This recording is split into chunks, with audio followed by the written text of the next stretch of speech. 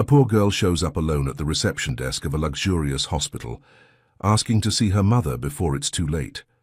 She insists on speaking to the hospital's owner, a famous surgeon about to go into surgery. Upon hearing the patient's name, the doctor freezes, overcome by something no one there understands. From that moment on, buried secrets begin to emerge, and nothing will ever be the same again. If this story interested you, don't forget to subscribe to our channel and tell us what city you're watching us from. We'll keep going. The morning sun cast long shadows across Willowbrook's main street as Abigail Foster stepped off the bus, her weathered suitcase clutched tightly in her hand. 15 years had passed since she'd last set foot in this small Vermont town, yet everything looked eerily unchanged. The same historic buildings lining the street, the same town square with its gazebo where summer concerts were held, and the same judgmental stares from locals who never forgot a scandal. A cool autumn breeze rustled the multicolored leaves, sending them dancing across the pavement. Abigail pulled her coat tighter and took a deep breath. Coming back hadn't been her first choice, but desperate times called for desperate measures. The email from her sister had been clear. Their grandmother Eleanor was unwell, the family inn was struggling, and they needed her help. "Abby? Is that really you?" Abigail turned to see Rachel Davis, her childhood best friend, staring at her with wide eyes. The years had been kind to Rachel.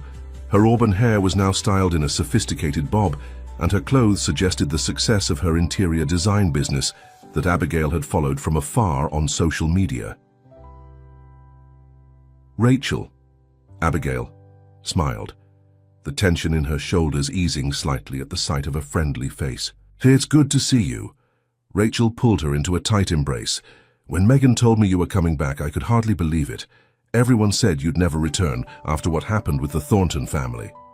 Abigail stiffened at the mention of the name. "Some wounds take longer to heal than others," she said carefully, pulling away. "But I'm here for Grandma Eleanor and the Willowbrook Inn, nothing else." Rachel's expression softened. "Of course, let me drive you there. I was heading that way to check on some fabric samples for the East Wing renovation." As they drove through town in Rachel's SUV, Abigail absorbed the subtle changes that had occurred in her absence. The old hardware store was now a trendy coffee shop. The cinema had been restored to its former glory. And on the outskirts of town, construction equipment surrounded what appeared to be a massive development project. "What's going on there?" Abigail asked, pointing to the construction site. Rachel's grip tightened on the steering wheel. "That's Thornton Resort's latest project. They're building a luxury spa and golf course. Mason Thornton Jr. is determined to turn Willowbrook into the next hot vacation destination for the rich and famous." The Thornton name hit Abigail like a physical blow. Mason Jr., the younger brother of Ethan Thornton, the man whose heart she had broken all those years ago, the man whose family had vowed to destroy hers.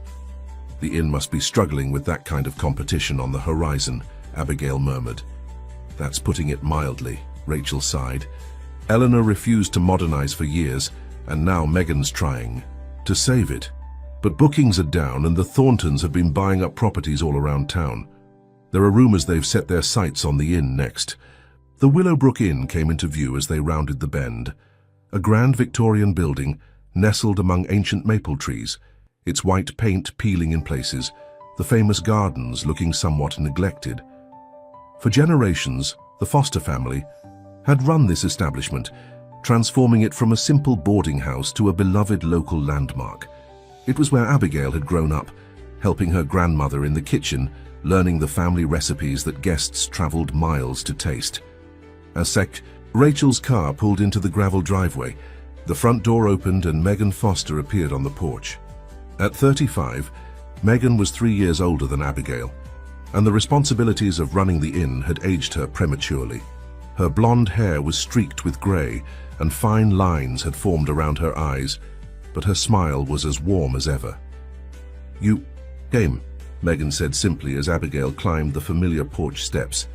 "You didn't give me much choice," Abigail replied, trying to keep her tone light despite the heaviness in her chest. "How's Grandma?" "Having one of her good days. She's in the sunroom.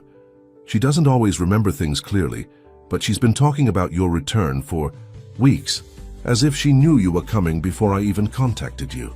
Abigail nodded, fighting back tears.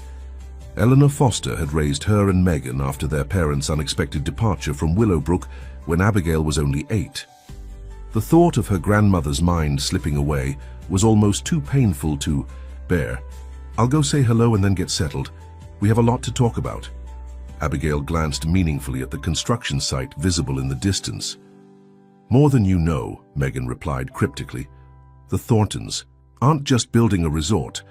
They're rebuilding their family legacy, and somehow our inn has become central to their plans." Abigail walked through the familiar entrance hall, noting the worn carpet and faded wallpaper that had once seemed so elegant. The business was clearly struggling. As she approached the sunroom, she heard the soft sound of a piano. Her grandmother's favorite Bach piece, played with the precision that only came from decades of practice. Eleanor Foster sat at the grand piano by the bay windows, her silver hair pinned in a neat bun, her posture still remarkably straight despite her 87 years. When she looked up and saw Abigail, her fingers stilled on the keys. "There you are," Eleanor said, as if Abigail had merely stepped out for a moment rather than disappeared for 15 years. "I've been waiting for you to come home and face your destiny." Abigail knelt beside her grandmother's chair. "I'm here now, Grandma. I'm going to help save the inn." Eleanor's blue eyes, still sharp despite her condition, focused intently on Abigail's face. "The inn isn't what needs saving, child. There are secrets in this family that have remained buried for too long. Your return has set things in motion that cannot be stopped." A chill ran down Abigail's spine. "What secrets? What are you talking about?" Eleanor glanced toward the window, at the Thornton construction project in the distance. "Mason Thornton Sr. and I made a pact long ago. We thought we could bury the past, but the past never stays buried. Now it's up to you and young Mason to make things right." Before Abigail could press for more information, the doorbell rang, echoing through the old house. From the entrance hall came the sound of voices, Megan's, raised in protest, and a man's, deep and insistent. "That would be him now," Eleanor said with an enigmatic smile. "Right on time." Abigail rose to her feet as footsteps approached the sunroom. A tall figure appeared in the doorway, his broad shoulders filling the frame. His dark hair swept back from a face that was both familiar and strange. "Ms. Foster," he said, his eyes locked on Abigail with an intensity that made her breath catch. "I'm Mason Thornton Jr. I believe we have some unfinished business to discuss." Eleanor's soft laugh filled the silence that followed. "The children of sworn enemies, brought together by fate, just as I always knew you would be." Abigail stood, frozen, caught between past and present, between the life she'd built away from Willowbrook and the secrets that had drawn her back. Whatever game the Thorntons were playing, she refused to be a pawn in it.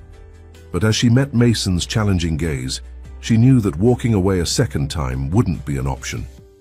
The battle for Willowbrook Inn, and perhaps for her own heart, had officially begun. Time seemed to stand still as Abigail faced Mason Thornton Jr. across the sunroom. She'd prepared herself for many challenges upon returning to Willowbrook, but confronting a Thornton on her first day hadn't been one of them. "This is hardly the time for business discussions," Abigail said coolly, placing a protective hand on her grandmother's shoulder. "My grandmother needs her rest." Mason's expression remained impassive, but something flickered in his dark eyes, perhaps annoyance, perhaps respect for her directness. "I wouldn't have come if it wasn't urgent. The town council is voting tomorrow on the historical zoning regulations that affect both our properties. And I'm sure the Thorntons have the council in their pocket as usual," Megan interjected from behind him, arms crossed defensively. Mason turned slightly. "If that were true, I wouldn't need to be here, would I?" He refocused on Abigail. "I'm proposing a temporary alliance. The changes benefit neither of us in their current form." Eleanor's soft laugh drew everyone's attention. "Listen to him, girls. Mason knows what he's talking about. His father might have been my rival, but he was never my enemy." "Not really." "Grandma, you need to rest," Megan said gently, moving to help Eleanor from the piano bench. "I'm not senile." "Yet," Eleanor protested, though she allowed herself to be assisted. Mason, your grandmother's emerald necklace, is it still in the family? The question seemed to catch Mason off guard. Yes, ma'am. It's in our family vault. Good, very good. Eleanor nodded sagely. Abigail, show Mason to the library. You two have much to discuss. With that cryptic remark, she allowed Megan to escort her from the room. Left alone with Mason, Abigail felt a strange mixture of defiance and curiosity. He was nothing like his brother Ethan, whose golden looks and easy charm had once captivated her teenage heart.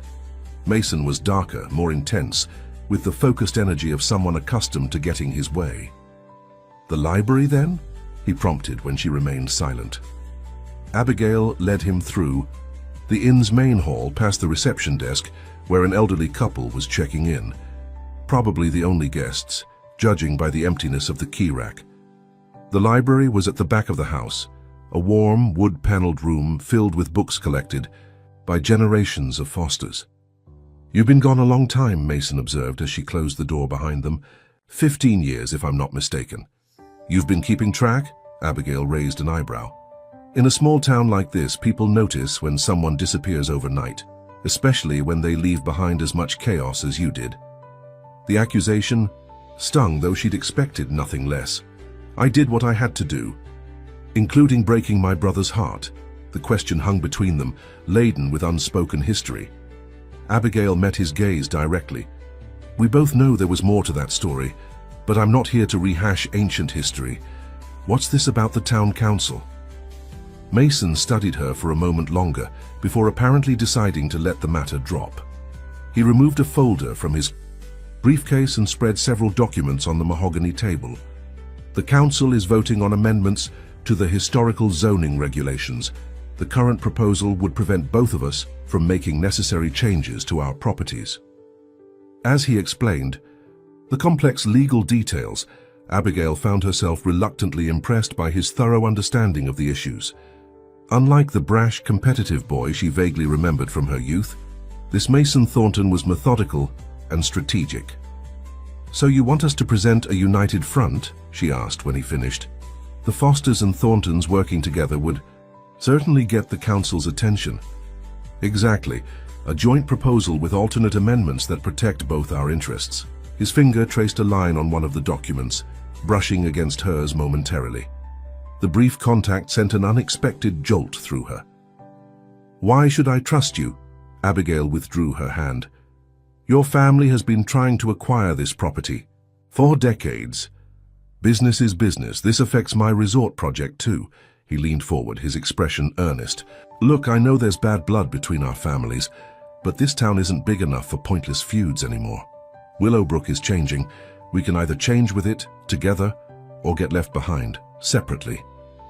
Before Abigail could respond, the library door swung open, and a stunning blonde woman entered, her designer outfit looking distinctly out of place in the rustic inn. There you are, Mason, she said, her smile not quite reaching her eyes as she surveyed Abigail. I've been looking all over for you. Vanessa. Mason straightened, something like resignation crossing his features. I mentioned I had a meeting at the inn. You did, but you didn't mention it was with Abigail Foster. Vanessa extended a manicured hand. Vanessa Parker Thornton, Mason's fiancée.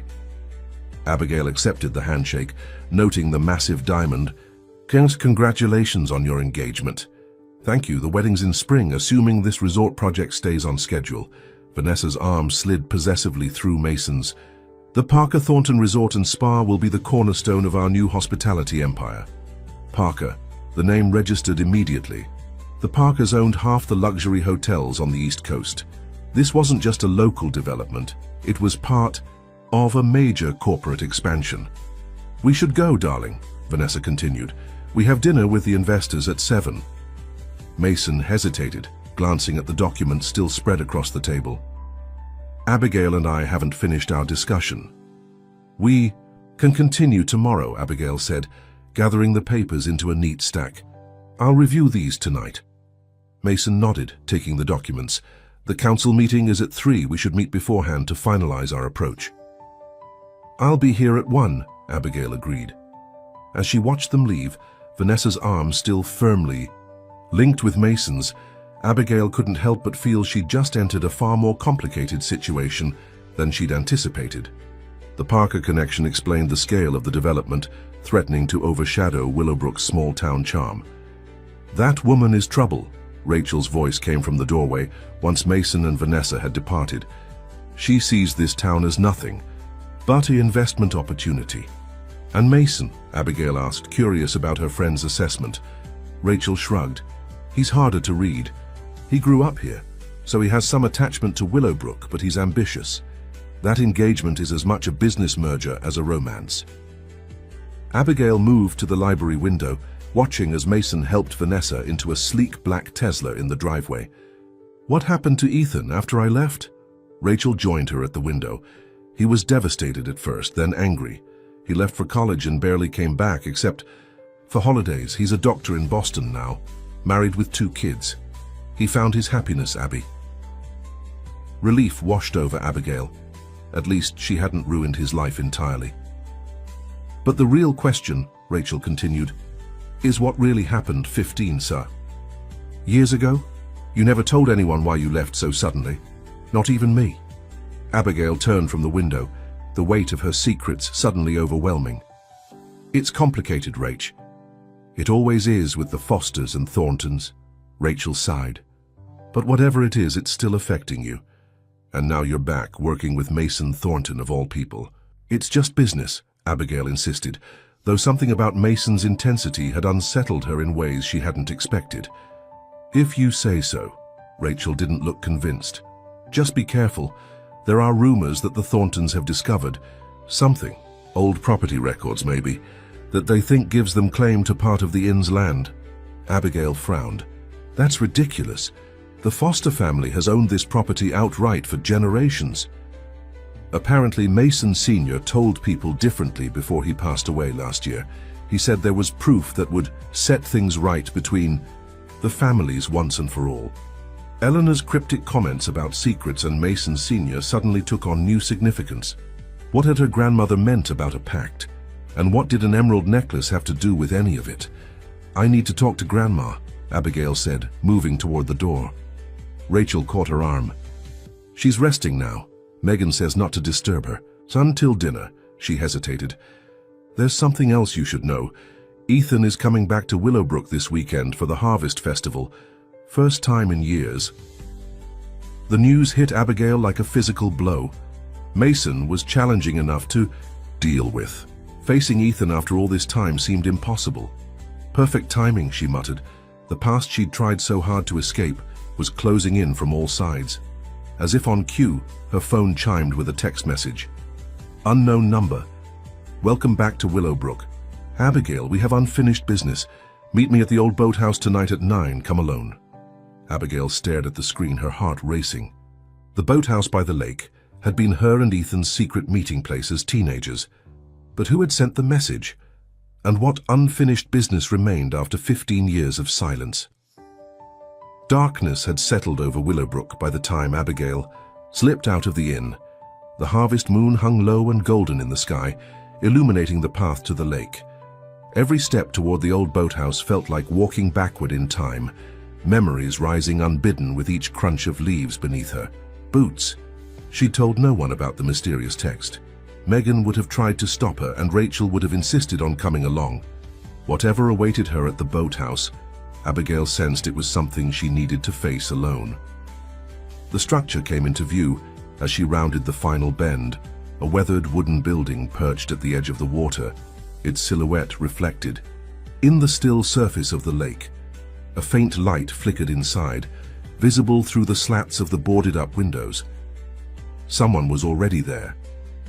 Abigail hesitated, her hand instinctively reaching for her phone. This could be a trap, a foolish risk, yet something pulled her forward, the same inexplicable force that had drawn her back to Willowbrook, despite her better judgment. The hinges creaked as she pushed open the door. The interior was illuminated by a single lantern, placed on the worn wooden table where local teenagers had carved their initials for generations. Abigail's gaze immediately found the intertwined A+C surrounded by a heart, a relic from a more innocent time. "I wondered if you'd come." The voice came from the shadows, and Abigail whirled around, her heart hammering against her ribs. A figure stepped into the lantern light, not Ethan as part of her had feared and hoped, but an elderly woman with striking features and a regal bearing despite her age. "Mrs. Thornton," Abigail breathed, recognizing Mason and Ethan's grandmother. Victoria Thornton had once been the most formidable woman in Willowbrook, her influence extending far beyond the family business. "Sit down, child," Victoria gestured to a chair opposite her own. "We have much to discuss, and at my age, time is a luxury I can no longer afford to waste." Bewildered but curious, Abigail complied. "You sent the text?" Victoria smiled thinly. "My grandson taught me how to use these newfangled devices before he got too busy with his resort project. Technology may change, but people rarely do. I knew you wouldn't resist the lure of the boathouse. Too many memories here." "Why all the secrecy? You could have come to the inn. And have Eleanor know I was speaking to you. No, some conversations need to happen away from prying eyes and eager ears." Victoria reached into her handbag and withdrew a small velvet-covered box. "Do you know what this is?" She opened it to reveal an exquisite emerald necklace, the same one Eleanor had mentioned earlier that day. The central stone was the size of a robin's egg, surrounded by diamonds that caught and refracted the lantern light. "It's beautiful," Abigail said carefully, uncertain where this was leading. "It's more than beautiful. It's the key to everything." Victoria closed the box with a snap. "Your grandmother asked about this today, didn't she? After all these years of silence, she finally broke our pact." Abigail leaned forward. "What pact? Mrs. Thornton, if you know something about my family or the inn—" "I know everything about your family, child. More than you do, apparently." Victoria's piercing gaze seemed to look straight through her. "Did you never wonder why the Fosters and Thorntons have been locked in this ridiculous feud for decades? Did you never question why your parents really left Willowbrook, abandoning you and your sister to Eleanor's care?" The questions hit like physical blows. Abigail had spent years constructing a life that didn't depend on answers to those painful mysteries. "My parents left because they wanted different lives," she said, repeating the explanation she'd been given as a child. "They weren't suited to small-town life." Victoria scoffed. "Is that what Eleanor told you? A convenient fiction." She placed the velvet box on the table between them. "The truth is far more complicated. Your mother, Caroline, was a Thornton before she married your father." Abigail stared at her in disbelief. "That's impossible. My mother was Caroline Bennett before she married my father." "Bennett was her mother's maiden name, which she adopted after she was disowned by my husband." Victoria's voice hardened. "Caroline was our daughter, Mason Sr.'s and mine." The revelation left Abigail speechless. If this was true, then she and Megan were Thorntons by blood. Mason and Ethan were their cousins. The family feud that had shaped her entire life suddenly seemed absurd. "Why would Grandma hide this from us?" she finally managed to ask. "Because of the inheritance, of course." Victoria gestured around them. "This land, all of it, including where the inn stands, was originally Thornton property. When Caroline fell in love with James Foster, my husband threatened to disinherit her. But Caroline was always his favorite, and in secret he deeded part of our estate to her as a wedding gift, including the parcel where the inn was later built." Abigail shook her head, struggling to absorb these revelations. "If that's true, why the feud? Why didn't everyone just acknowledge this connection?" "Pride," Victoria said simply. "When James and Caroline abandoned Willowbrook, and you girls, Mason Sr. was furious. He wanted to reclaim the property, arguing they had violated the terms of the gift. Eleanor fought him tooth and nail, claiming the land now belonged to you and Megan as Caroline's children. The legal battle nearly bankrupted both families. So Grandma and your husband made some kind of agreement?" Victoria nodded. "A pact of silence. Eleanor would raise you girls as Fosters, with no mention of your Thornton blood. In exchange, Mason Sr. would not pursue his claim to the property during his lifetime or Eleanor's. We all agreed to take the truth to our graves." "But now you're breaking that pact," Abigail observed. "Why?" "Because Mason Sr. is gone, and Eleanor is failing."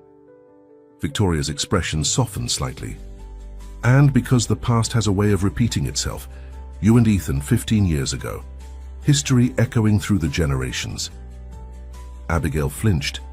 What happened between Ethan and me has nothing to do with this family secret. Doesn't it? Victoria raised an eyebrow. You fled Willowbrook the very night Mason Sr. confronted you about your relationship with Ethan. Did you never wonder how he discovered your secret meetings here? I assumed someone from town saw us and told him, Abigail said, though doubt began to creep in. The timing had always seemed too perfect, Ethan's father catching them together just when they were planning to announce their relationship publicly.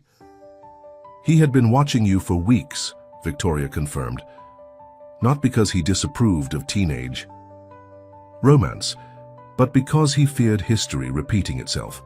Thornton and Foster blood mingling once again, with all the complications that would bring to our pact.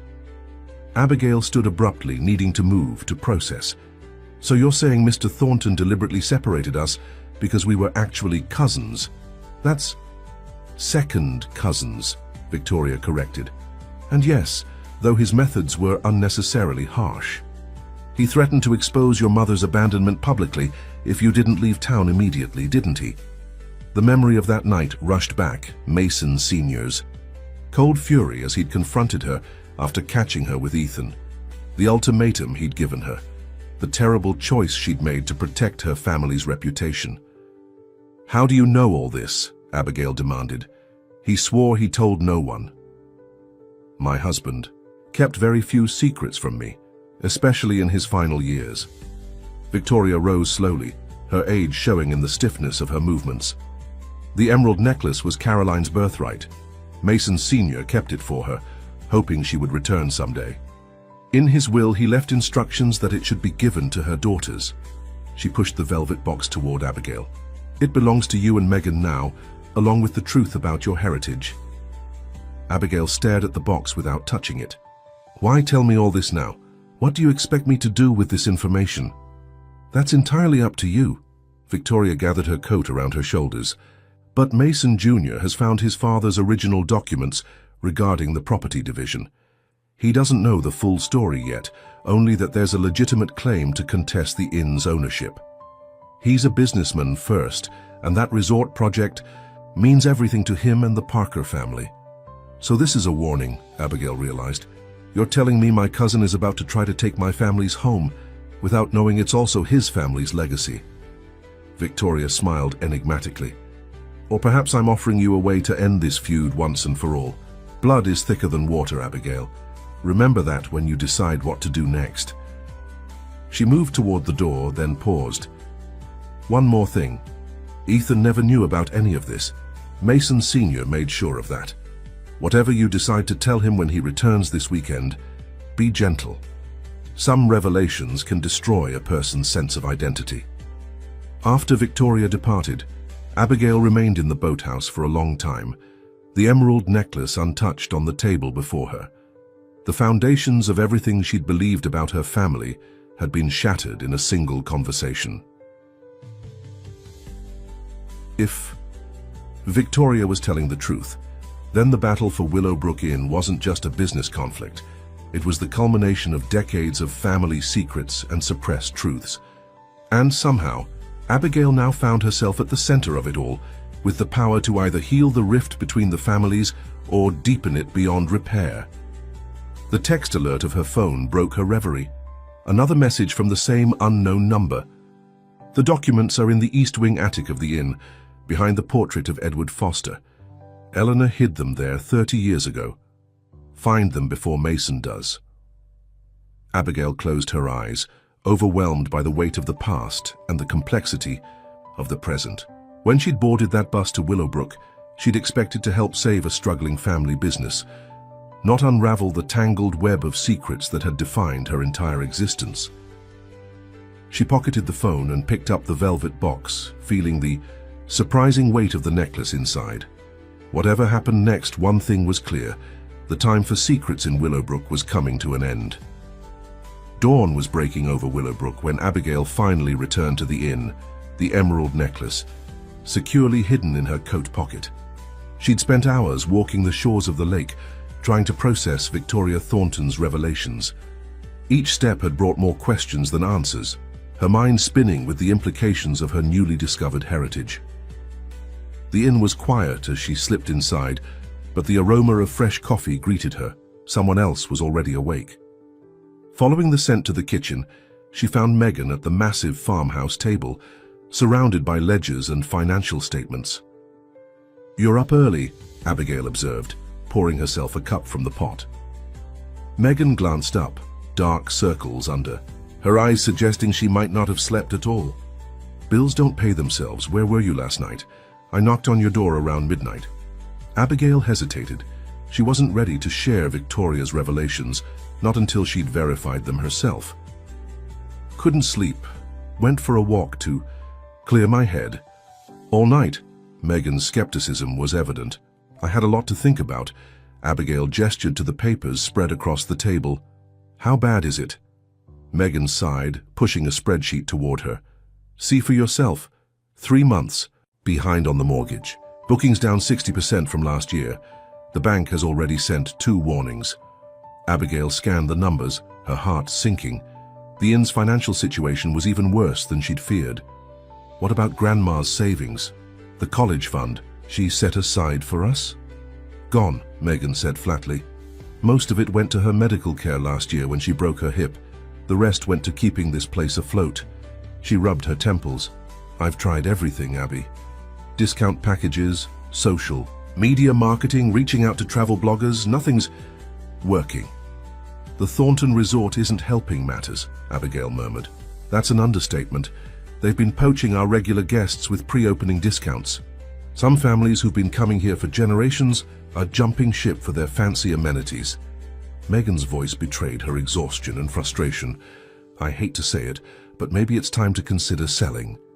The suggestion sent a jolt through Abigail. "We can't sell the inn. It's been in our family for generations." "Has it, though?" Megan's question was pointed. "Sometimes I wonder if we know the whole story.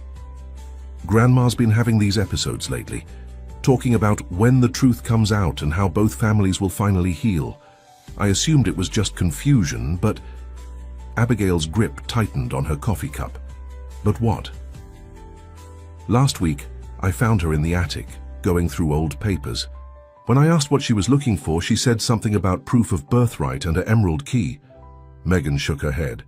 It didn't make any sense at the time. "An emerald key, the necklace." Abigail's hand instinctively moved to her pocket, where the velvet box rested. "Megan," she began carefully, "what if there's something about our family history we don't know? Something that might affect the inn's ownership?" Before Megan could respond, the back door swung open and Rachel burst in, breathless and clutching her tablet. "Have you seen it?" she demanded without preamble. "Seen what?" the sisters asked, in unison. Rachel placed the tablet on the table, displaying the front page of the Willowbrook Gazette's website. The headline made Abigail's blood run cold. "Thornton Resorts files legal challenge to historic inn's land rights." "They did it," Rachel said grimly. "Mason filed the paperwork this morning.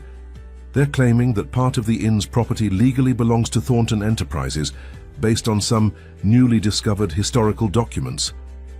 Megan snatched up the tablet, scanning the article with growing horror. "This can't be right. We have the deeds. Grandma showed them to me when I took over management. According to this, Mason Sr. had proof that the original land transfer was conditional," Rachel explained. "If the property ceased to be used as a family residence by the direct descendants of James and Caroline Foster, ownership would revert to the Thornton family." Abigail and Megan exchanged glances. "Our parents," Abigail said quietly. "Exactly. Since they abandoned the property, and you two were minors raised by your grandmother, the Thorntons are arguing the conditions were violated." Rachel's expression was sympathetic but grave. "They're only claiming the eastern portion of the property, but that includes the gardens and the lakefront access," Megan finished, her voice hollow.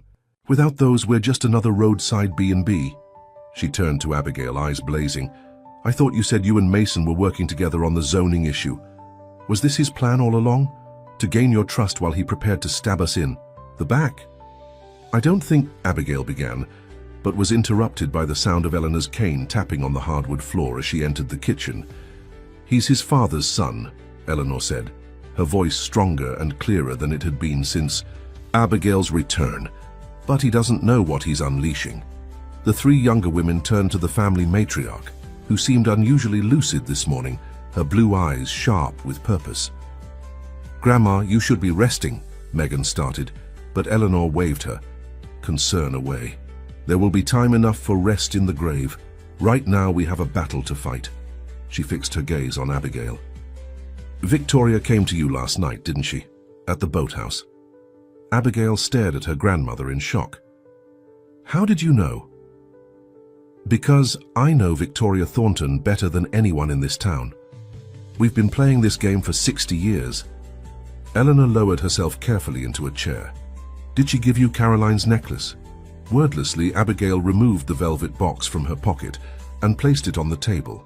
Eleanor nodded in satisfaction as Megan and Rachel gasped at the magnificent emerald when the box was opened.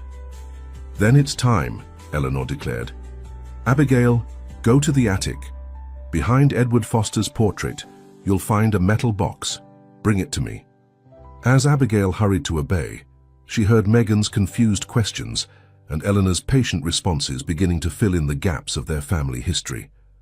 By the time she returned with the tarnished metal box, Eleanor had revealed part of the truth, that Caroline had been born a Thornton before marrying into the Foster family. "Our mother was Mason and Ethan's aunt," Megan was saying as Abigail re-entered the kitchen. "Why keep that a secret all these years?" "Because of what's in this box," Eleanor answered, taking it from Abigail with trembling hands. "The complete truth about the land, the feud, and why your parents really left Willowbrook." The lock was stiff with age, but Eleanor's fingers remembered the combination. Inside lay a collection of yellowed documents, faded, photographs and a sealed envelope with "to be opened only in the event of my passing" written in elegant script. Eleanor spread the documents on the table. The original deed to this property, signed over to Caroline Thornton as a wedding gift from her father. And here, she indicated another document, the codicil that Mason Sr. is using to claim ownership, stating that the land must remain with direct descendants of the union. "So the Thorntons do have a legal claim?" Rachel asked, examining the papers. "Not quite," Eleanor said with the ghost of a smile. "What Mason Jr. doesn't know, what his father never told him, is that there was another document, an amendment signed by Mason Sr. himself, nullifying the codicil." She rifled through the papers, her movements becoming increasingly frantic. "It should be here. It's always been here." Abigail watched her grandmother's growing distress with concern. "Could it have been moved or taken?" Eleanor finished grimly. "Mason Sr. knew about this box. He and I revisited our agreement several times over the years. If he removed the amendment before his passing, then the Thorntons' claim might be valid," Megan said, slumping back in her chair. "There's more to this story, isn't there?" Abigail pressed gently. "Victoria said that my leaving town 15 years ago was connected to all of this, that Mason Sr. threatened me to keep me away from Ethan." Eleanor's expression crumpled with guilt. "I should have protected you better. Should have told you the truth then." "It's not too late to tell us now," Megan said, taking her grandmother's hand. Eleanor nodded slowly. "The amendment to the codicil wasn't just a legal document. It was part of a larger agreement between our families. Mason Sr. and I realized that the feud had gone on long enough. We agreed that if a Foster and a Thornton were to marry, reuniting the bloodlines, then all claims to divided property would be settled once and for all." Understanding dawned on Abigail. "So when Ethan and I became involved, it should have been cause for celebration," Eleanor confirmed. "The fulfillment of our pact." But Victoria opposed the match vehemently. She never forgave Caroline for choosing James over the Thornton legacy, and she feared history repeating itself. "So Mason Sr. drove me away to appease his wife," Abigail concluded, the old pain resurging.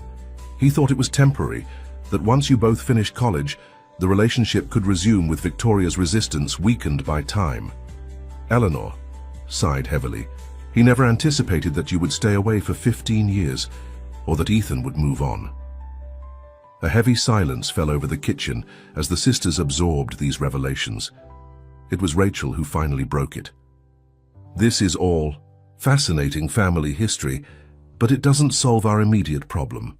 The Thorntons have filed a legal claim that could cripple the inn, and we have less than 30 days to respond before a judge rules on their petition for immediate access to the disputed areas. We need to find that amendment, Megan declared, rising from her chair with newfound determination. It has to be somewhere. Eleanor was examining the emerald necklace, turning it thoughtfully in her withered hands. Victoria returning this after all these years isn't a coincidence. She's sending us a message. But what? Abigail wondered aloud.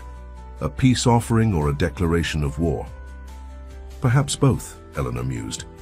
Victoria Thornton never makes a move without multiple motives. The conversation was interrupted by a sharp knock at the front door. Through the window, Abigail glimpsed a familiar Tesla in the driveway. "It's Mason," she said unnecessarily, as they all recognized the tall figure on the porch. "Perfect timing," Eleanor remarked with surprising calm. "Let him in, Abigail. It's time the younger generation took up this dance." As Abigail moved to answer the door, her mind raced with possibilities. Did Mason know the full story? Or was he merely a pawn in a game that had begun decades before his birth? And what would he do when he learned that the woman he was suing was actually his cousin? One thing was certain: the battle for Willowbrook Inn had just become infinitely more complicated than a simple property dispute. It was now a reckoning with the past that would either heal two families or tear them apart forever. Mason Thornton stood on the porch of Willowbrook Inn, his tall frame silhouetted against the morning light.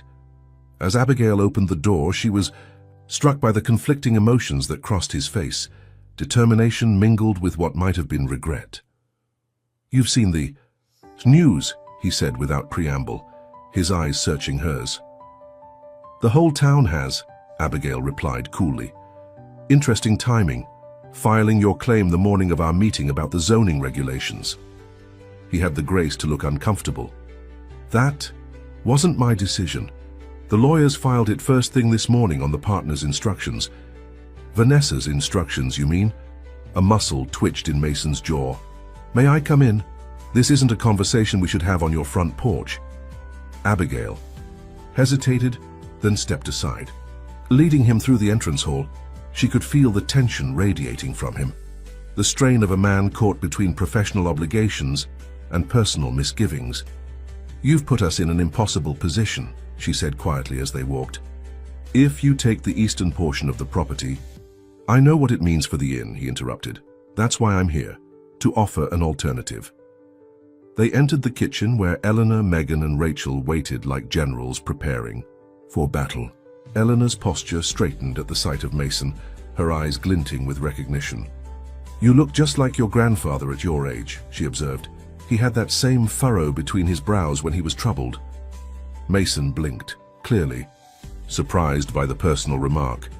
"Mrs. Foster, I didn't expect to see you this morning.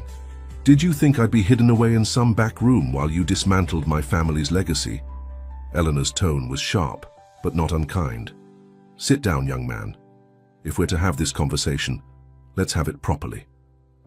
Somewhat reluctantly, Mason took the offered chair. His gaze fell on the open metal box and the document spread across the table, then shifted to the emerald necklace still resting in its velvet case. Something like recognition flickered in his eyes. "Grandmother's emerald," he murmured. "She told me she'd given it away but wouldn't say to whom." "It was your Aunt Caroline's birthright," Eleanor explained, watching his reaction carefully.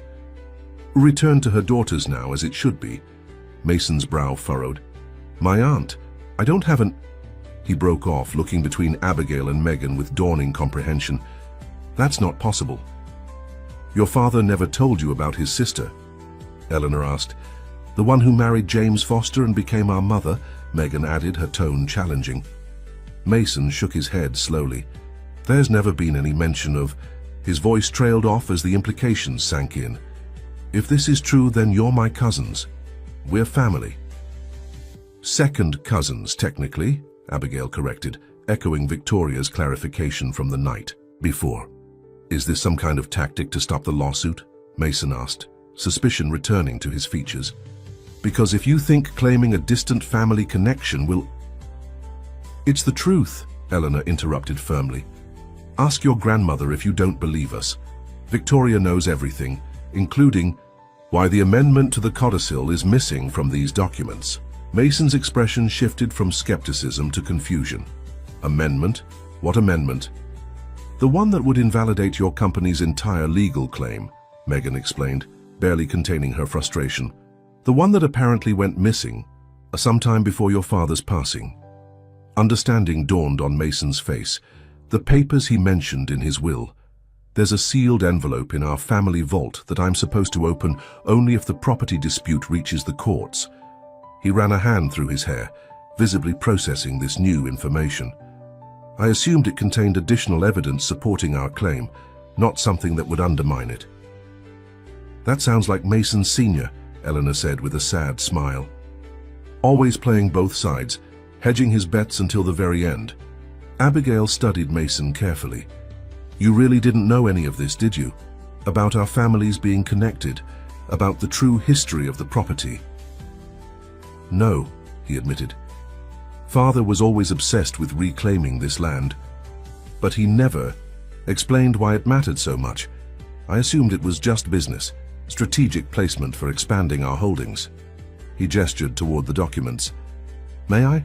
Eleanor nodded, and Mason began examining the yellowed papers with the careful attention of someone accustomed to scrutinizing legal documents. As he read, his expression grew increasingly troubled. If these are authentic, he finally said, then the entire basis of our lawsuit is complicated, to say the least. They're authentic, Eleanor assured him. Your father and I reviewed them together many times over the years, adjusting our agreement as circumstances changed. Mason looked up sharply. What agreement? The one we made after your aunt and her husband abandoned their daughters, Eleanor explained. The one that was supposed to end with the reunification of our families through marriage. Mason's gaze shifted to Abigail, pieces visibly clicking into place. You and Ethan, he said softly. 15 years ago.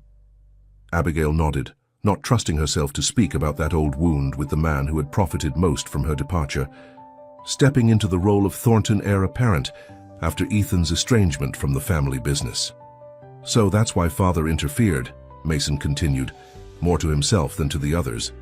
It wasn't just about protecting Ethan from a broken heart, it was about controlling the fulfillment of this gun pact. Precisely, Eleanor confirmed. The amendment states that the property remains with the foster descendants unless the bloodlines are reunited through marriage, at which point the entire estate would be jointly owned by both families. Rachel, who had been silently observing the exchange, suddenly straightened. Wait, that would mean that the lawsuit is both valid and potentially moot, Mason finished, his analytical mind grasping the legal implications immediately. Valid because the original codicil was violated when the direct descendants abandoned the property, but potentially moot because the amendment offers an alternative resolution. Through marriage, Megan repeated skeptically, which doesn't exactly help us now unless... Her gaze traveled between Mason and Abigail, a speculative gleam in her eye. Abigail felt heat rise to her cheeks. Don't be ridiculous, Meg. Actually, Mason said thoughtfully, from a purely legal standpoint, it's not ridiculous at all. If the amendment requires a Foster-Thornton union to resolve the property dispute, and if we're trying to honor our grandparents' original intentions... You can't be serious, Abigail interrupted, staring at him in disbelief. You're engaged to Vanessa. A shadow crossed Mason's face. A relationship that, I'm beginning to realize, may have been encouraged for reasons beyond mere compatibility. He stood abruptly, pacing the kitchen with restless energy. My father never approved of Vanessa, yet he stopped objecting after she proposed the joint resort project. If he knew about this amendment, he was manipulating you, Abigail realized, just like he manipulated me and Ethan. That would be consistent with his character, Eleanor observed dryly. Mason turned back to them, his expression hardened. With resolve. I need to see that envelope in our vault, and I need to speak with my grandmother. If what you're saying is true, if we're family, then this lawsuit is a mistake. Will Vanessa and her family see it that way? Rachel asked pointedly. The Parkers have invested millions in the resort project already. Leave Vanessa to me, Mason replied, though uncertainty flickered in his eyes. Family comes first. The words hung in the air, their sincerity difficult to gauge. Abigail wanted to believe him, but years of suspicion toward the Thornton name couldn't be erased by a single declaration. We'll need more than words, Megan stated firmly, giving voice to Abigail's doubts. The bank won't wait while we sort out family drama. If we can't make next month's mortgage payment, none of this will matter. Mason nodded, acknowledging the practical concern. I could arrange a loan, no strings attached, to cover operating expenses while we resolve the legal issues. And if we can't find the amendment, Abigail asked, if your father destroyed it? Then we'll have to find another solution, Mason replied, meeting her gaze directly. I give you my word, I won't let the inn fail. The promise resonated with unexpected sincerity, and Abigail found herself wanting to trust him despite years of conditioned wariness. But before she could respond, the kitchen door swung open once more. Vanessa Parker Thornton stood in the doorway, immaculate in a designer suit despite the early hour, her expression shifting from surprise to cold anger as she took in the scene. So, this is where you disappeared to, she said to Mason, her voice brittle with forced pleasantry. When you weren't at the office for our meeting with the architects, I thought I should check if you were indisposed. Mason straightened, his posture suddenly defensive. Vanessa, I was just discussing the lawsuit with the Fosters. Without our legal team present. That's uncharacteristically reckless of you, darling. Vanessa's gaze swept over the assembled group, lingering on the documents spread across the table and the emerald necklace. Something like recognition flashed in her eyes at the sight of the jewel. That necklace, she said, stepping closer. I've seen it in photographs at your family estate. It belonged to your grandmother. And before that to my Aunt Caroline, Mason replied carefully. Abigail and Megan's mother. Vanessa froze, her perfectly composed features betraying momentary confusion. I don't understand. It's rather complicated, Mason began, but Vanessa cut him off with a raised hand. Is this some kind of joke? Some pathetic attempt to derail our lawsuit? Her voice rose as she turned on Abigail. First you try to manipulate my fiancé with this joint zoning proposal, and now you're claiming to be family. How desperate can you get? It's not a claim. It's the truth, Abigail replied evenly, refusing to be baited into an emotional response. One, your future husband. Here's just learning himself. Vanessa's laugh was cold and dismissive. Even if there is some distant connection, which I highly doubt, it doesn't change the legal reality. That land belongs to Thornton Enterprises, and we need it for the resort expansion. The legal reality may be more complicated than you realize, Mason interjected, his tone measured but firm. There's documentation I need to review before we proceed any further with the lawsuit. Documentation? Vanessa's perfectly shaped eyebrows arched in disbelief. Mason, we have a dozen lawyers who've vetted every aspect of this case.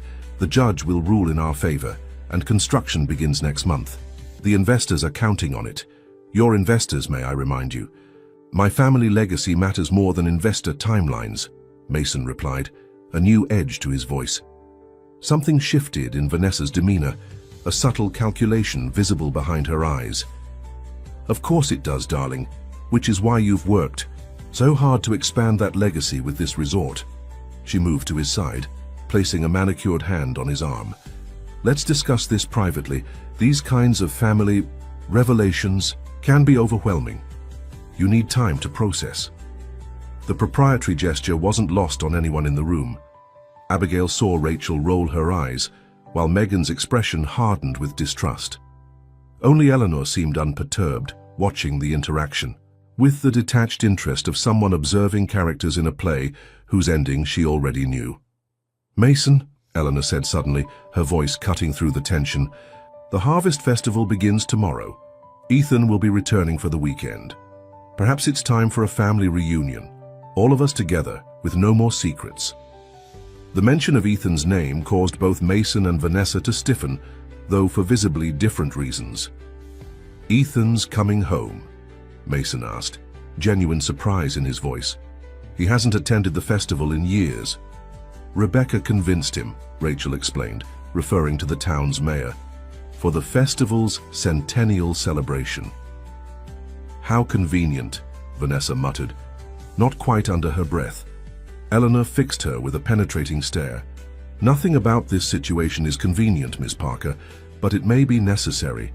Sometimes the past must be confronted before the future can begin."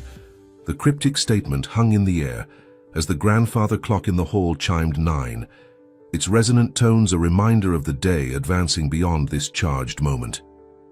"I need to get to that vault," Mason said finally, disengaging himself from Vanessa's grip. "And we need to postpone the council meeting. This changes everything." Vanessa's perfectly composed mask slipped for just an instant, revealing a flash of genuine alarm. "Mason, think about what you're doing. The Parkers have invested everything in this project. My father won't accept any delays." "Your father doesn't know the full story," Mason replied. "None of us did." He turned to Abigail, his expression resolute. "I'll call as soon as I've examined the documents in the vault. In the meantime, I suggest we all prepare for what might be a rather eventful harvest festival." As Mason and a visibly fuming Vanessa departed, an uneasy silence fell over the kitchen. It was Rachel who finally broke it. "Well," she said, exhaling slowly, "I think it's safe to say the Parker-Thornton wedding might be in jeopardy." "That's the least of our concerns," Megan replied grimly. "Do we actually trust Mason to choose family loyalty over business interests? The man I've known for years wouldn't hesitate to bulldoze this place for profit." "People can surprise you," Eleanor observed, carefully returning the emerald necklace to its velvet box, especially when they discover who they truly are. Abigail moved to the window, watching as Mason and Vanessa engaged in what appeared to be a heated discussion beside their car. "What happens if we can't find the amendment? If Mason opens that envelope and it contains something else entirely?" "Then we fight," Megan declared firmly. "We take them to court, we rally the town, we do whatever it takes to save the inn." Eleanor's soft laugh drew their attention. "My dears, I've spent 60 years entangled with the Thorntons. If there's one thing I've learned, it's that nothing involving that family is ever straightforward."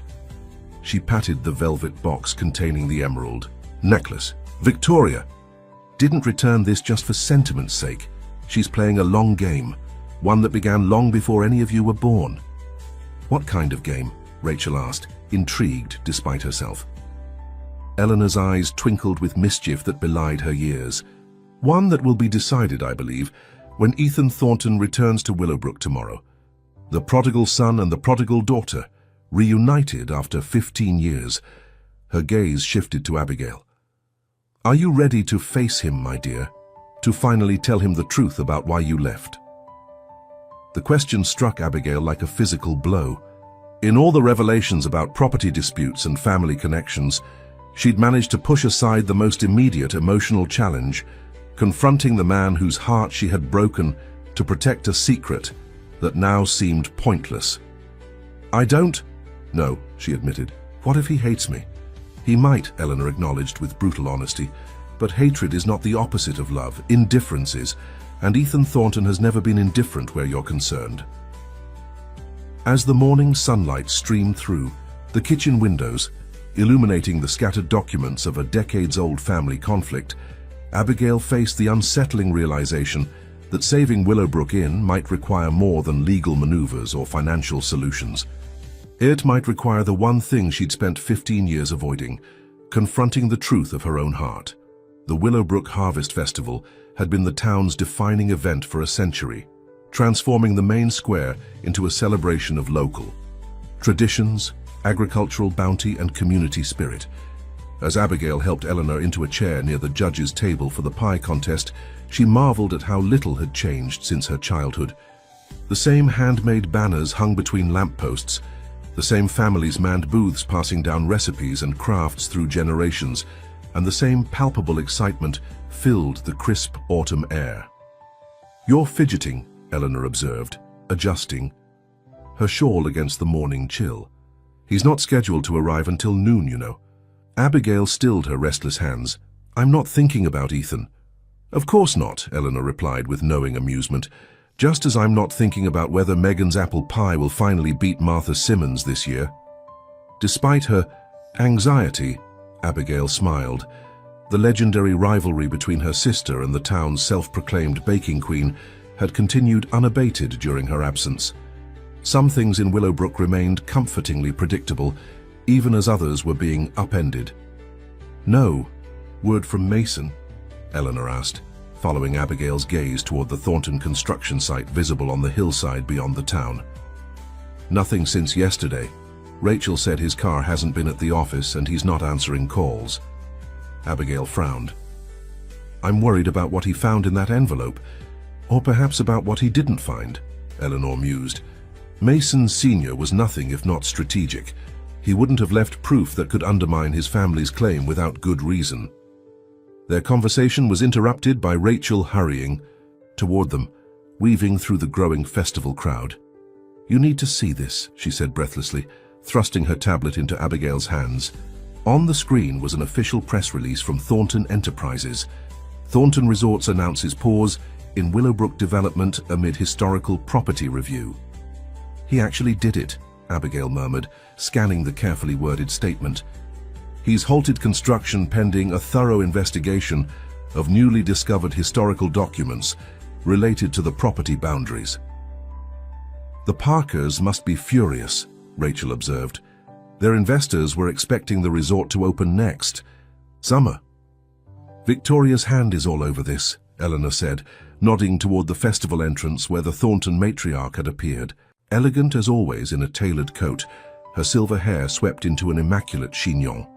As if sensing their gaze, Victoria turned and made her way toward them, navigating between festival booths with the dignity of a queen processing through her realm. "Eleanor," she greeted with a slight nod. "A beautiful day for celebrating tradition, wouldn't you say?" "Indeed," Eleanor replied evenly. "Though some traditions deserve reconsideration, your grandson seems to agree." Victoria's lips curved into a smile that didn't quite reach her eyes. "Mason has always had a strong sense of family responsibility, something he shares with his brother." Her gaze shifted meaningfully to Abigail. "Ethan arrived at the family estate this morning, earlier than expected." Abigail's heart stuttered. "He's here already?" "Quite early, in fact. He and Mason have been in conference since dawn." Victoria adjusted her gloves with deliberate care. 15 years of separation, and suddenly they're thick as thieves again. Remarkable what shared heritage can accomplish. The implication was clear. The brothers were now fully aware of the family connection to the Fosters. What remained uncertain was how that knowledge would shape their actions. "Where is Vanessa in all this?" Rachel asked, never one to dance around delicate subjects. "Ms. Parker departed for New York last night," Victoria replied, a hint of satisfaction coloring her tone. "Something about an urgent need to consult with her father's legal team. I doubt we'll see her back in Willowbrook anytime soon." Before anyone could respond to this revelation, a commotion near the festival entrance drew their attention. Mayor Rebecca Collins was guiding two men through the crowd, Mason looking somewhat haggard but determined, and beside him, a figure that made Abigail's breath catch. Ethan Thornton had aged well, his boyish good looks maturing into a handsome confidence that came from professional success and personal contentment. His golden hair was shorter than she remembered, his build more solid, but his smile, the one that lit up his entire face, remained unchanged as he greeted old acquaintances. "Oh my," Rachel murmured beside her. "He's even more handsome than I remembered." Abigail couldn't respond. She was frozen in place, memories flooding back with overwhelming force, stolen kisses by the lake, whispered promises under starlit skies, and the devastating pain of walking away without explanation. Eleanor patted her hand reassuringly. "Breathe, child. Remember, you're not the same girl who fled in the night. You're a woman who's built a life on her own terms." The reminder helped steady her. She had indeed built a successful life in Chicago, a thriving interior design business, good friends, a comfortable apartment. Returning to Willowbrook had reminded her of what she'd lost, but it hadn't erased what she'd gained.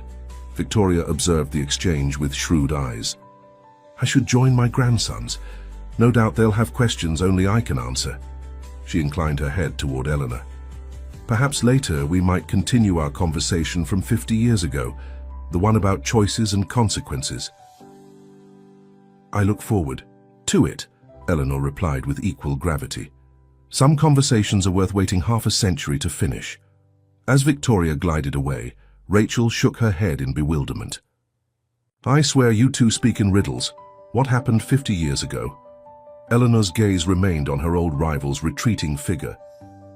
Victoria chose ambition over love. I chose love over security. We've spent decades wondering who made the wiser choice. She turned to Abigail with sudden intensity. Don't repeat our mistakes, my dear. Don't let pride or fear dictate your heart's direction. Across the square, Ethan had noticed them. His animated conversation with the mayor faltered as his eyes locked with Abigail's. For a breathless moment, the festival crowd seemed to disappear, leaving only the two of them connected by an invisible thread of shared history. Then Mason said something that recaptured Ethan's attention, breaking the moment.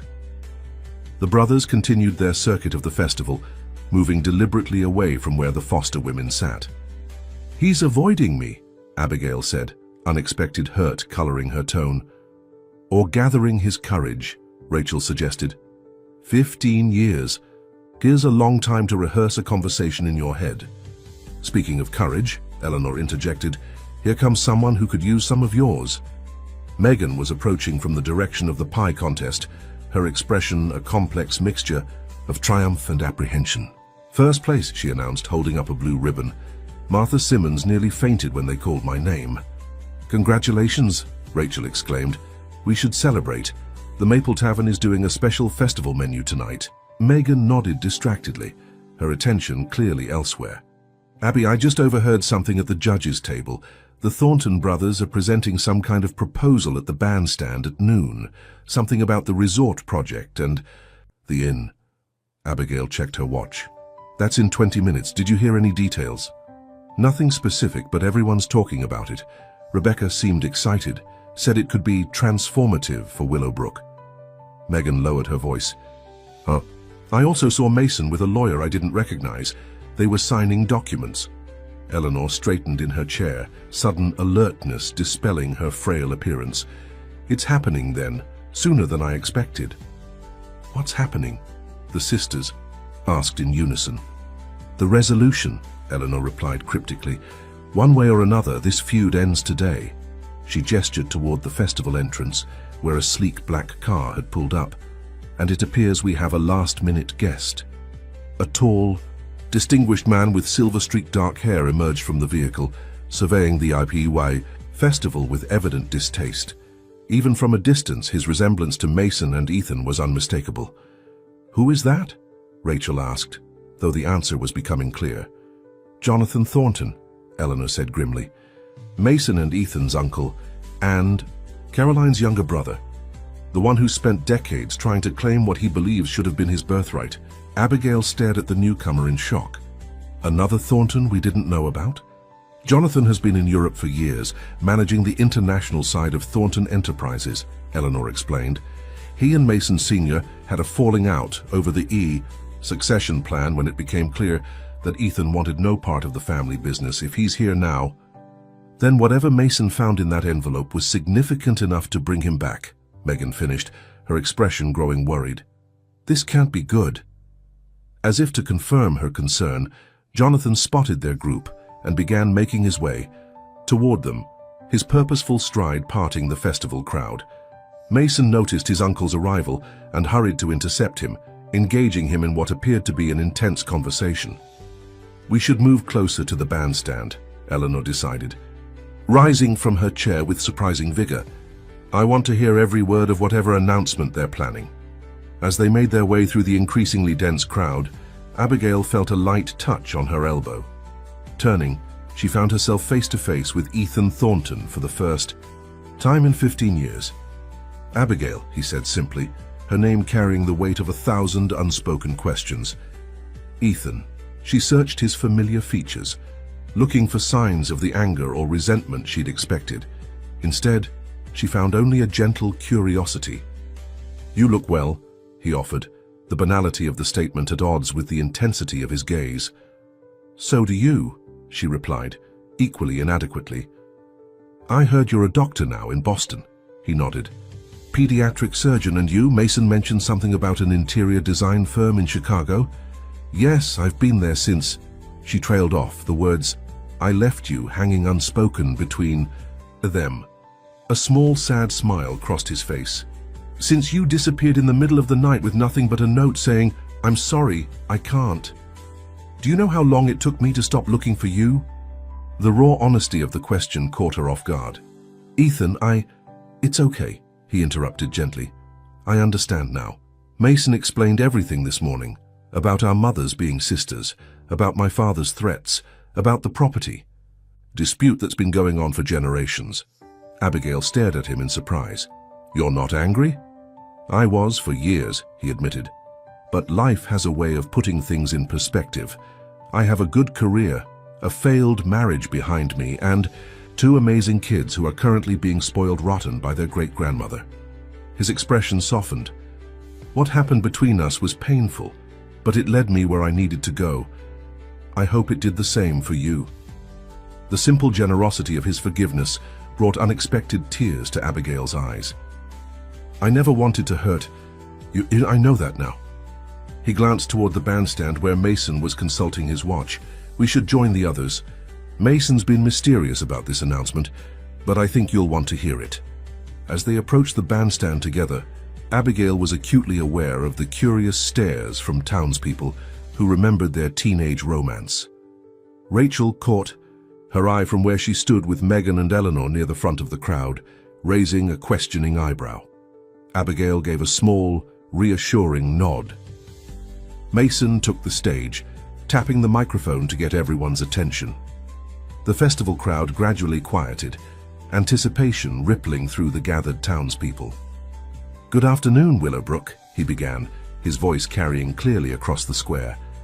"Many of you have heard about the recent developments regarding Thornton Resorts and Willowbrook Inn. Today I want to address those rumors directly and share some news that I believe will benefit our entire community."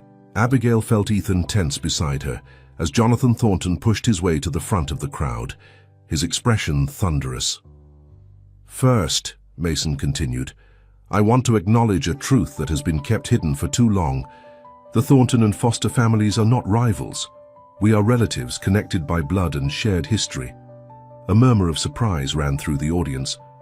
"My father's sister, Caroline Thornton, married James Foster, becoming the mother of Megan and Abigail Foster."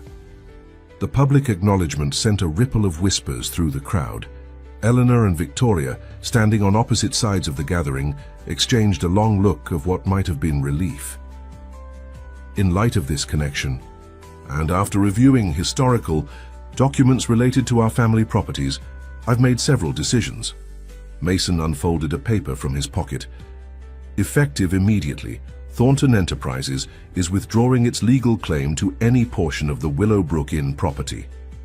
A cheer rose from many in the crowd, especially the older residents who had fond memories of the historic inn. "Furthermore," Mason continued once the noise subsided, "we are revising our resort development plans.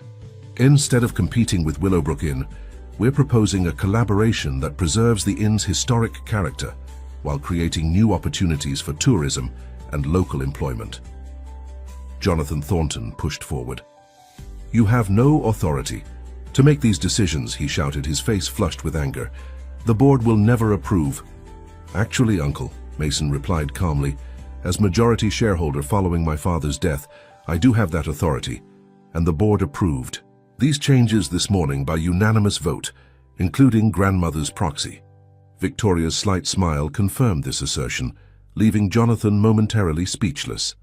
"The revised plan," Mason continued, "includes preserving the eastern portion of the property as a nature sanctuary open to the public, renovating the inn while maintaining its historical integrity, and scaling back the resort to focus on ecotourism rather than luxury accommodations. The announcement drew mixed reactions: approval from environmental advocates and inn supporters, concern from those who had been counting on construction jobs. "I understand this represents a change in direction," Mason acknowledged. "But I believe it's a change that honors both progress and preservation. To that end, I'd like to invite Abigail Foster to join me on stage." Abigail froze, unprepared for this public summons. Ethan gave her a gentle nudge forward. "Go on. I know where this is headed." With reluctant steps, she made her way to the bandstand and climbed the stairs to stand beside Mason. Up close, she could see the exhaustion in his eyes, evidence of sleepless nights wrestling with family legacy and business obligations. "Abigail is not only my cousin," Mason announced to the crowd, "but also one of Chicago's most respected interior designers specializing in historical restoration.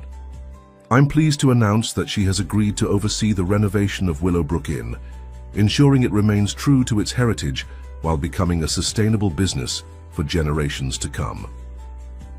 This was news to Abigail, who struggled to maintain a composed expression despite her shock. She had discussed no such arrangement with Mason.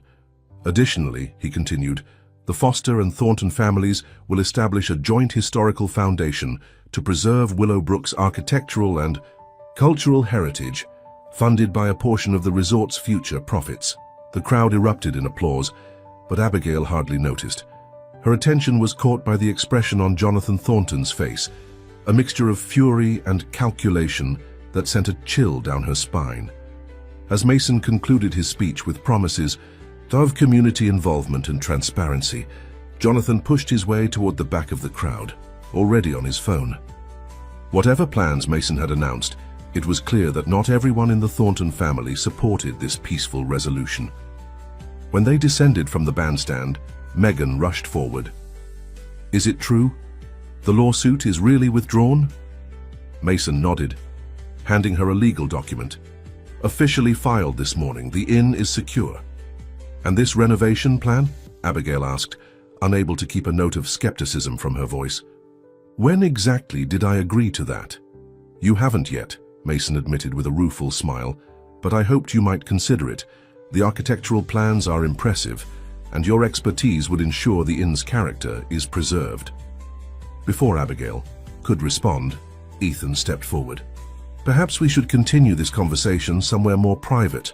Uncle Jonathan didn't look pleased, and he rarely accepts defeat gracefully." Mason's expression darkened. "You're right. Let's head back to the inn. There's more to discuss that wasn't appropriate for a public announcement." As they made their way through the festival crowd, accepting congratulations and fielding questions from curious townspeople, Abigail found herself walking beside Ethan, their shoulders occasionally brushing in the tight spaces between booths. "You're quiet," he observed softly. "Having second thoughts about coming home?" "Just processing," she replied. 24 hours ago, I thought we might lose the inn. Now suddenly we're part of a grand reconciliation between feuding families. It does feel rather engineered, doesn't it?" Ethan's tone was thoughtful, almost as if our grandparents planned this outcome all along. Abigail glanced toward Eleanor and Victoria, who were walking ahead of them, engaged in what appeared to be an amicable conversation for the first time in decades. "You might be right. The question is, what game are they really playing, and how do we avoid becoming their pawns?" "Maybe that's the wrong question," Ethan suggested. "Maybe we should be asking how to write our own ending to the story they started." The unexpected wisdom in his words resonated with something deep within Abigail. For 15 years, she had allowed her path to be dictated by Mason Sr.'s manipulation and her own fear. Perhaps it was time to reclaim the narrative of her life. As they approached the inn, Jonathan Thornton's sleek black car sped past them, gravel spraying as it took the turn too quickly. The expression on his face through the window was one of cold determination. "That doesn't look good," Rachel murmured, watching the car disappear down the road toward the highway. "No, it doesn't," Mason agreed grimly. "Uncle Jonathan has connections in the State Historical Commission. If he can't stop us through the family business, he'll try other channels." "Then we'd better be prepared," Eleanor declared, her voice stronger than it had been in weeks. "Victoria, I believe it's time we showed them the final piece of evidence." The Thornton matriarch nodded solemnly. "Indeed, the children deserve to know the full truth before Jonathan attempts to rewrite it." As they entered the inn's familiar entrance hall, Abigail couldn't shake the feeling that they were approaching not just a revelation about the past, but a crossroads that would determine all their futures.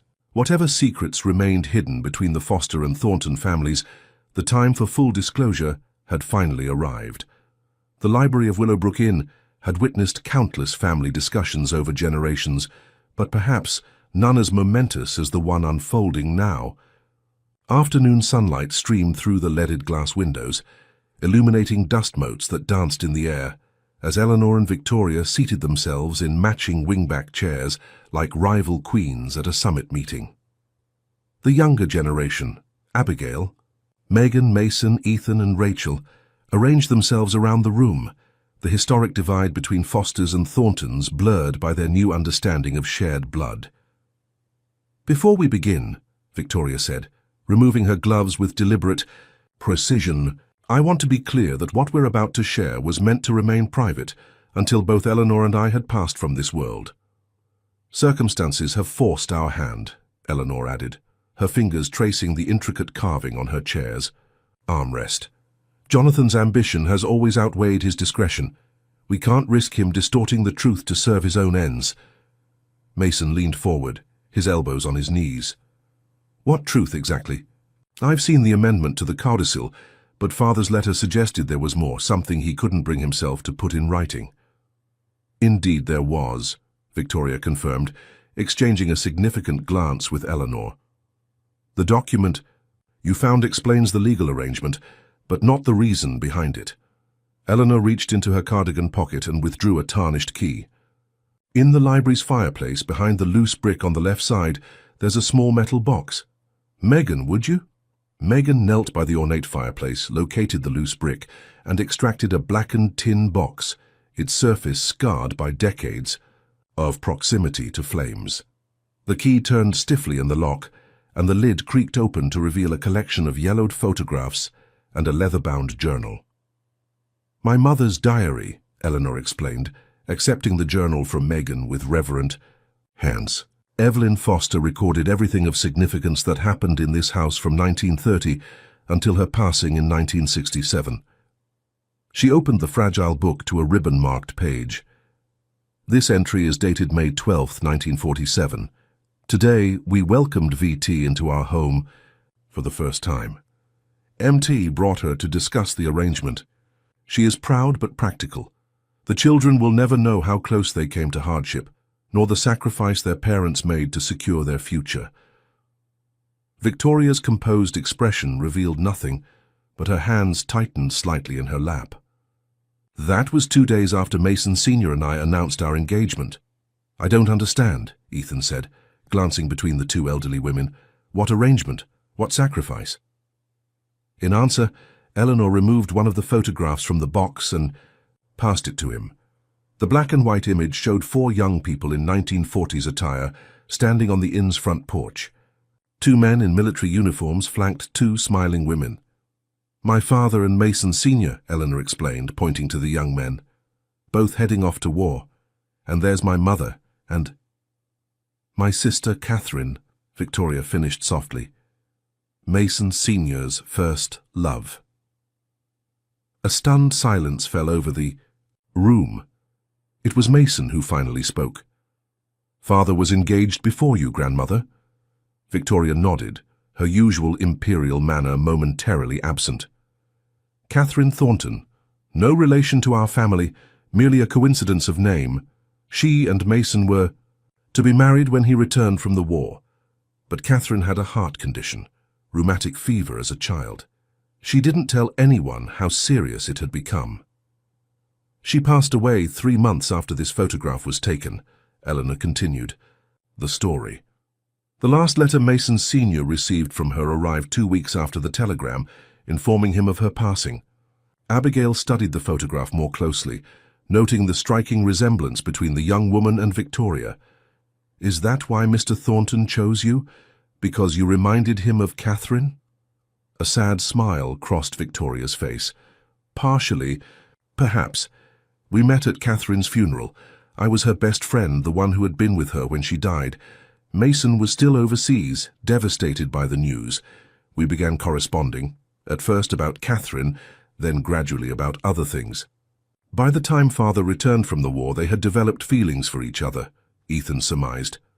Not quite, Victoria corrected. I had developed feelings. Mason remained devoted to Catherine's memory. What we had was more pragmatic.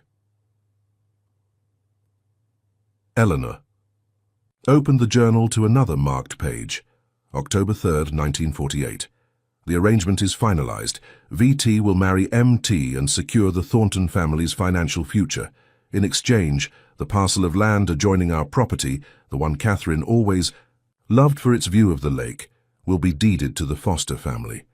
Her business arrangement disguised as romance, yet perhaps time will transform it into something genuine. A marriage of convenience, Megan said, understanding dawning. The Thornton family was in financial trouble after the war. Victoria nodded. The family shipping business had suffered devastating losses. My father was a banker, with significant resources and connections that could save Thornton Enterprises. He approved of the match, but only if Mason demonstrated good business acumen, by resolving the company's most pressing debts before the wedding. So grandmother's family essentially paid off the Thornton debts in exchange for the marriage, Abigail realized, and part of that arrangement included transferring the lakefront property to the Fosters. With the understanding that it would one day be reunited with the Thornton estate through the marriage of descendants, Eleanor confirmed. Your parents, Caroline and James, were meant to be that union, but they rejected the role our families had scripted for them. The pieces were finally falling into place. So when they abandoned Willowbrook, it wasn't just about wanting a different life, Abigail said slowly. They were rejecting this multi-generational arrangement. Precisely, Victoria replied. Caroline discovered the original agreement in Mason Sr.'s office and was furious. She and James left that very night, taking nothing but what they could carry. They wanted no part of what they saw as an orchestrated destiny, but they left their children behind, Mason observed, a hint of judgment in his tone. That was complicated, Eleanor said carefully. James and Caroline intended to return for the girls once they were established elsewhere, but Mason Sr. was so angry at what he perceived as their betrayal that he threatened to contest custody if they returned. Using what grounds? Ethan asked, his medical training evident in his analytical approach. Victoria and Eleanor exchanged another of their cryptic glances. Caroline had struggled with depression after Megan's birth, Victoria finally admitted. It worsened following Abigail's arrival. There were incidents that Mason Sr. documented, preparing for a potential legal battle.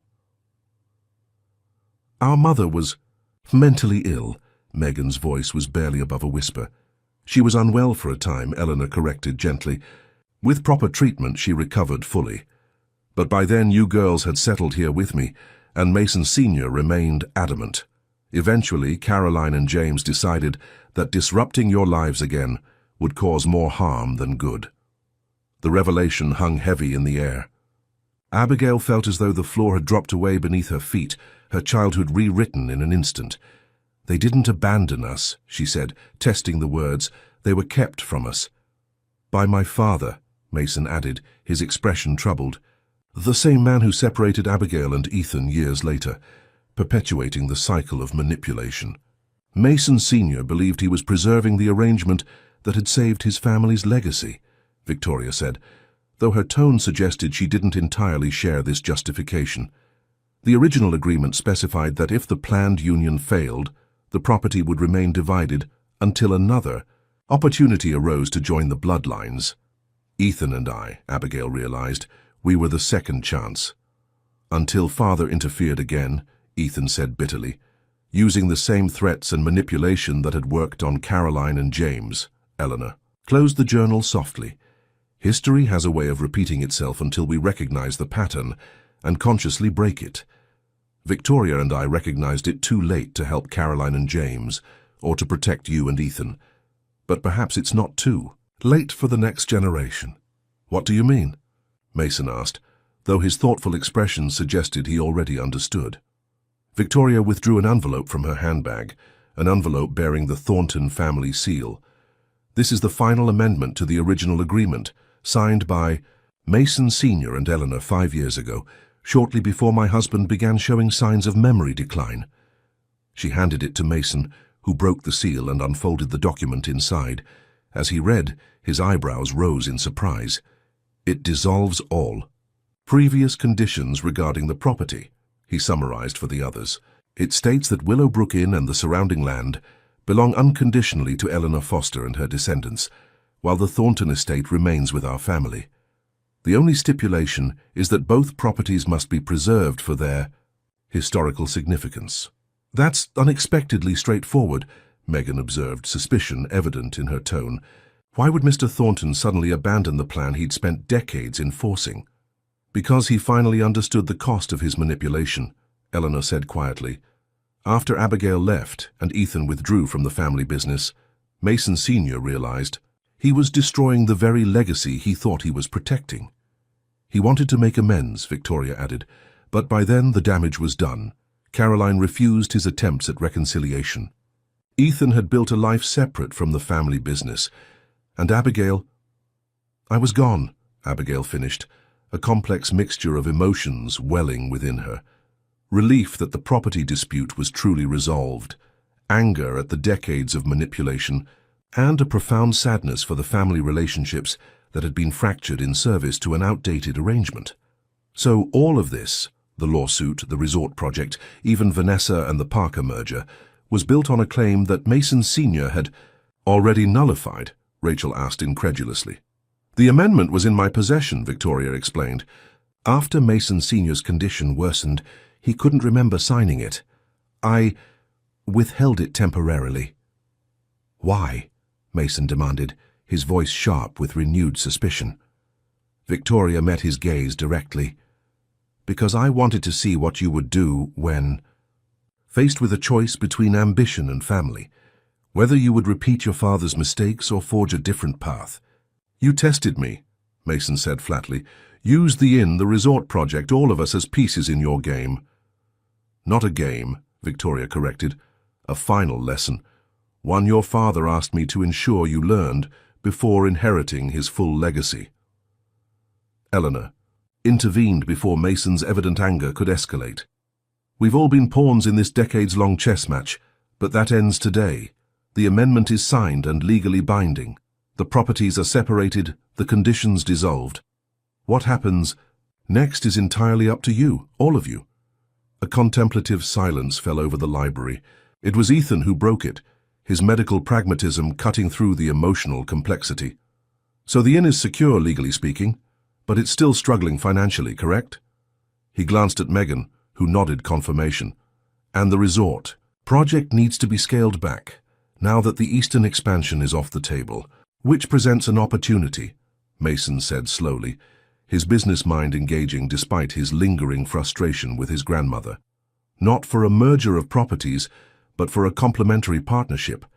The resort focusing on modern amenities, the inn on historical experience, marketed together as a complete Willowbrook experience. A business arrangement, Abigail observed, but one we choose freely, not one forced upon us by the previous generation. Exactly, Mason agreed, warming to the concept. The historical foundation I announced could serve as the connecting entity, preserving the town's heritage while promoting sustainable tourism development. As Mason and Megan began discussing the practical details of such a partnership, Abigail found herself drifting toward the library windows. Outside, the Harvest Festival continued in the distance, the town carrying on its traditions unaware of the momentous revelations unfolding within the inn's walls. Ethan joined her at the window, his presence familiar yet new. A lot to process, he observed quietly.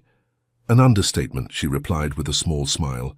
Finding out our entire family history was essentially built on a business arrangement disguised as fate. Does it change how you feel about coming back? His question was casual, but his eyes were intent on her face. Abigail considered this. I came back because Megan needed help saving the inn. That hasn't changed, but knowing the full story, it feels like I can finally make choices based on what I want, not what I'm running from. And what do you want, Abigail Foster? Ethan asked softly. The directness of the question caught her off guard. 15 years ago, the answer would have been simple. Him. Now the answer was more nuanced, shaped by years of independence and self-discovery. I want to help restore this place, she said finally. Not just the building, but what it represents. A home, a legacy chosen rather than imposed. Beyond that, she met his gaze directly. I'm still figuring it out. Understanding and patience reflected in his eyes. For what it's worth, I think Mason's idea has merit, and having you oversee the inn's restoration would ensure it's done right. Are you planning to stay in Willowbrook? She asked, suddenly aware of how much his answer mattered to her. Not permanently, he replied. My practice is in Boston. My children are settled in school there, but I've been thinking about opening a satellite clinic here, spending more time in my hometown. He smiled, the familiar warmth of it tugging at something deep within her, maybe rediscovering what I left behind. The moment between them stretched, filled with unspoken possibilities, until Rachel's voice broke the spell. You two might want to see this. She called from where she stood by the window on the opposite side of the library. Jonathan's back, and he's not alone. They hurried to join the others as a convoy of vehicles pulled into the inn's driveway. Jonathan Thornton emerged from the lead car, followed by several official-looking individuals carrying briefcases and document tubes. State Historical Commission, Mason identified grimly. And that's Karen Miller from the Environmental Protection Agency. Uncle Jonathan is pulling every string he can find. Victoria rose from her chair with surprising agility. Let him come. The amendment supersedes whatever objections he thinks he's found. As the group moved toward the entrance hall to meet this new challenge, Eleanor remained seated, suddenly looking every one of her 87 years. Abigail hung back, concerned by her grandmother's pallor. Grandma, are you all right? Eleanor smiled tiredly. Just conserving my strength for one last battle. Jonathan never did know when he was beaten. She patted Abigail's hand. But don't worry about me. Go. Help Mason and Ethan deal with this. Show Jonathan that the younger generation is more united than ours ever was. In the entrance hall, Jonathan was already holding forth to the assembled officials, his voice carrying through the open door before Abigail even reached it. Significant. Environmental concerns with the current structure, he was saying. The septic system is outdated, likely leaching into the groundwater that feeds the lake. And the historical integrity has been compromised by patchwork renovations over decades. A proper assessment will show that preservation requires resources beyond what the current owners can provide. Mason stepped forward, the amendment document in hand. Before you proceed with whatever investigation my uncle has orchestrated, I suggest you review this. It establishes clear ownership and historical protection for both properties. Jonathan's confident expression faltered only briefly. That document is irrelevant. Mason Sr. was already experiencing cognitive decline when it was supposedly executed. It would never stand up to legal scrutiny. That's a serious allegation, Ethan observed, stepping forward. As a physician who was monitoring Father's condition, I can testify that he was entirely competent at the time this amendment was signed. As can I, Victoria added, fixing her younger son with a steely glare. And Eleanor Foster as well. 3. Credible witnesses against your speculation, Jonathan. The officials exchanged uncomfortable glances, clearly sensing they had been drawn into a family dispute under false pretenses. Furthermore, Mason continued smoothly, Thornton Enterprises has already filed formal withdrawal of any claim to this property, as publicly announced this morning. The historical foundation I referenced will ensure both properties meet preservation standards, and the environmental concerns will be addressed in the renovation plan, Abigail added, stepping forward. As the preservation architect overseeing the project, I can assure you that modern sustainable systems will be integrated while maintaining historical authenticity. The commissioner from the Historical Society cleared his throat. "It seems the I-E situation is less urgent than presented to us, Mr. Thornton," he said to Jonathan. "Perhaps a scheduled review at a later date would be more appropriate than this unannounced inspection." Jonathan's face flushed with anger. This is absurd. The entire future of Willowbrook's development is being hijacked by sentimentality and family politics. "No, Jonathan," Victoria corrected sharply. "The future of Willowbrook is being guided by those who understand that legacy involves more than profit margins, a lesson your brother learned too late, and one you apparently never will." As the officials made their awkward apologies and retreated to their vehicles, Jonathan remained on the porch, his expression shifting from anger to calculation. "This isn't over," he promised, his voice low enough that only those closest could hear. "The board may have backed Mason today, but when the Parker investment falls through and the resort project stalls, they'll be looking for new leadership." "The project isn't stalling," Mason replied calmly. "It's evolving. And the Parker investment was never about the money. We have sufficient capital without it. It was about the connections Vanessa's family provides." "Connections I've spent 20 years cultivating in Europe," Jonathan reminded him. "Connections that could disappear if I were to, say, accept that position with our competitors that I've been declining for years." It was a clear threat, but Mason remained unruffled. "You've always excelled at the international operations, Uncle. If that's where your passion lies, perhaps it's time we formalized your autonomy in that division. A restructuring that acknowledges your contributions while allowing domestic operations to move in this new direction." The olive branch, or perhaps more accurately the strategic compromise, caught Jonathan off guard. His expression flickered between suspicion and consideration. "We can discuss details back at the estate," Mason continued. "After all, family disagreements should remain private, shouldn't they?" The pointed reminder of their public setting finally penetrated Jonathan's anger. With a curt nod that might generously be interpreted as agreement, he turned and strode back to his waiting car. As the convoy departed, a collective exhale seemed to pass through the group gathered in the entrance hall. "Well played, Victoria," murmured to her grandson, "offering him what he's always wanted while making it seem like your idea." "I learned from the best," Mason replied, though there was an edge to his compliment that suggested the lessons hadn't all been pleasant ones. The confrontation resolved, they returned to the library where Eleanor awaited news. As Megan recounted Jonathan's thwarted maneuver, Abigail found herself standing between Ethan and Mason, cousins she had known all her life without realizing their true connection to her. "So what happens now?" she asked when Megan concluded her report. "With the inn, with the resort project, with all of us?" Eleanor smiled, satisfaction evident in her weary features. "That, my dear, is entirely up to you. For the first time in 70 years, there are no secret agreements, no manipulated destinies, no feuds disguised as business arrangements, just possibilities and choices." "I'd still like to pursue the partnership we discussed," Mason said, glancing at Megan. "If you're interested, of course." "I am," Megan confirmed. "The inn needs to evolve while preserving its character. A connection to a tastefully designed resort could be the perfect balance." "And the historical foundation?" Rachel asked. "That wasn't just for show?" "Definitely not," Mason assured her.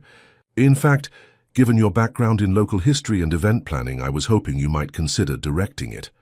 As they continued discussing the practical aspects of moving forward, Abigail slipped outside onto the wraparound porch. The late afternoon sun bathed the grounds in golden light, the distant sounds of the festival floating on the autumn breeze. From this vantage point, she could see both the inn's lovingly maintained gardens and the Thornton construction site on the hillside beyond, separate properties united by a shared landscape. "It's strange," Ethan's voice came from behind her, as he joined her at the porch railing. "After all these years of thinking our families were enemies, to discover we're actually branches of the same tree." "Branches that grew apart, but still share the same roots," Abigail mused. "It's almost poetic." "Speaking of poetry," Ethan said, his tone lightening, Do you remember the Whitman verse we used to quote at the boathouse, about the paths diverging? That was Frost, not Whitman, Abigail corrected with a smile. And yes, I remember. 2 roads diverged in a yellow wood, and I took the one less traveled by, Ethan continued. We both did in our own ways. And now our paths have crossed again, Abigail observed. Do you believe in second chances, Ethan? He considered the question seriously. I believe in new beginnings, not erasing the past or pretending it didn't shape us, but choosing to start fresh. With the wisdom we've gained, he turned to face her directly. I'm not the love-struck boy you left behind, Abigail, and you're not the girl who felt she had no choice but to run away. No, she agreed softly. We're not those people anymore. But maybe that's a good thing. A comfortable silence settled between them, free from the weight of secrets and misunderstandings that had defined their past. Inside the inn, through the open window, they could hear Mason outlining his vision for the partnership between their families' properties. Eleanor and Victoria were offering occasional commentary, their decades of rivalry transformed into something like respected collaboration.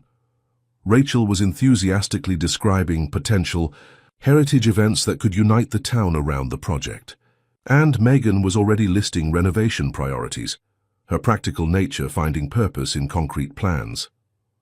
I think I would like to design the restoration, Abigail decided, watching a pair of monarch butterflies dance above the garden flowers. Split my time between here and Chicago, at least for a while, see where the path leads. Ethan's smile was warm with possibility.